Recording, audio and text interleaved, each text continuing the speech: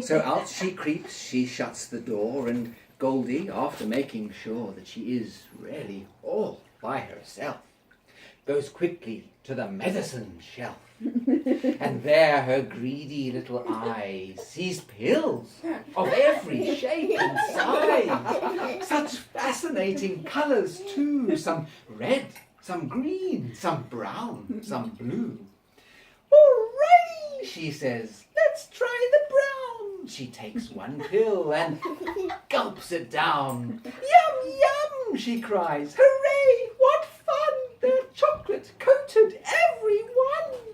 She gobbles 5, she gobbles 10. She only stops her gobbling when the last pill's gone. There are no more. Slowly she rises from the floor. She stops. She hiccups. Dear, oh dear. She starts to feel a trifle queer.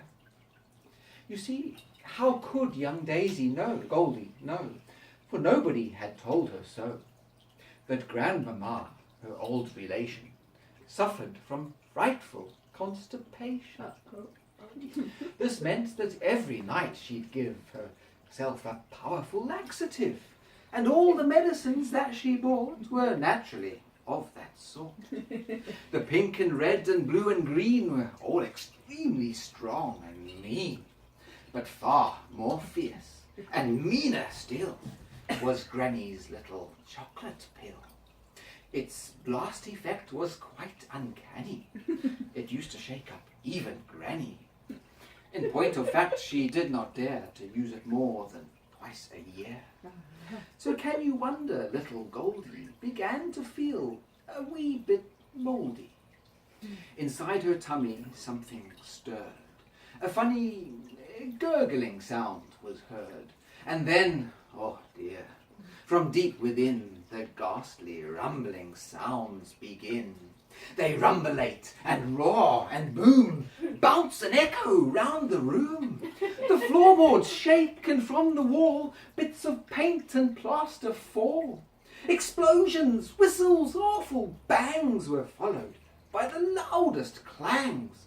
A man next door was heard to say, "A thunderstorm is on the way." But on and on the rumbling goes. A window cracks, a lamp bulb blows. Young Goldie clutched herself and cried, "There's something wrong with my inside." This was, we very greatly fear, the understatement of the year. For wouldn't any child feel crummy with loud explosions in her tummy? Granny at 2:30 came in, weaving a little from the gin, but even so she quickly saw the empty bottle on the floor. "My precious laxative," she cried. "I don't feel well," the child replied. Angrily Grandma shook her head.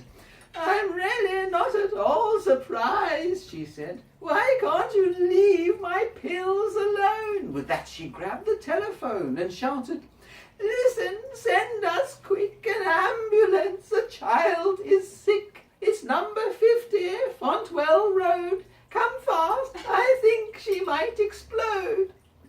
We're sure you do not wish to hear about the hospital, and where they did a lot of horrid things with stomach pumps and rubber rings, but let's answer what you wanted to know. Did Goldie live, or did she go? The doctors gathered round her bed. "There's really not much hope," they said. "She's going on," they cried. "She's had her chips, she's dead, she's died."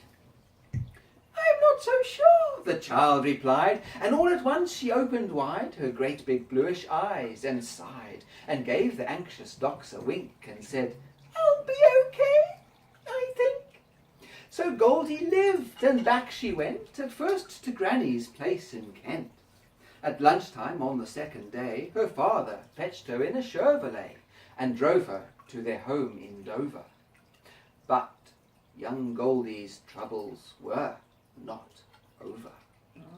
You see, if someone takes enough of any highly dangerous stuff, one will invariably find some traces of it left behind. it pains us greatly to relate that Goldie suffered from this fate. She'd taken such a massive fill of this unpleasant kind of pill. It got into her blood and bones, it messed up all her chromosomes. It made her constantly upset, and she could never really get the beastly stuff to go away. And so the girl was forced to stay for 7 hours every day within the everlasting gloom of what we call the ladies' room. And after all, the WC is not the gayest place to be. So now, before it is too late, take heed of Goldie's dreadful fate. And seriously, all jokes apart, do promise us across your heart that you will never, never help yourself to medicine from the medicine shelf. Good job. Awesome. Good job. They will make damn sure they get it, regardless. Okay, so that's what it's all about. It's like my grandfather. Okay, so it goes. Scottish. I'm drunk and I'm dressed like a Scottish man with the kilt and everything. I'm a Scot and I'm married. Two things I canna help. I'm married, but I have no wife, for she's bolted and left me. But that's nothing new. It happens so often in life. So I journeyed to London, for that's where she'd gone, with her lover, to hide her disgrace.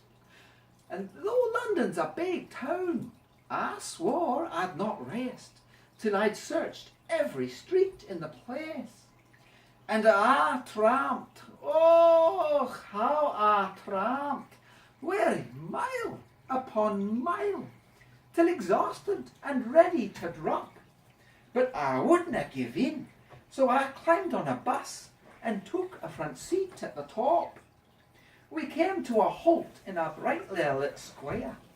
To my joy, there my lassie I spied. She looked weary and worn, but thank heaven alone. From my heart, Maggie, Maggie, I cried. She had a look of delight as I rose from my seat. But a harrowing thought made me wince. I couldn't get off as I just paid my fare, and I've ne'er caught sight of her since. That's so funny.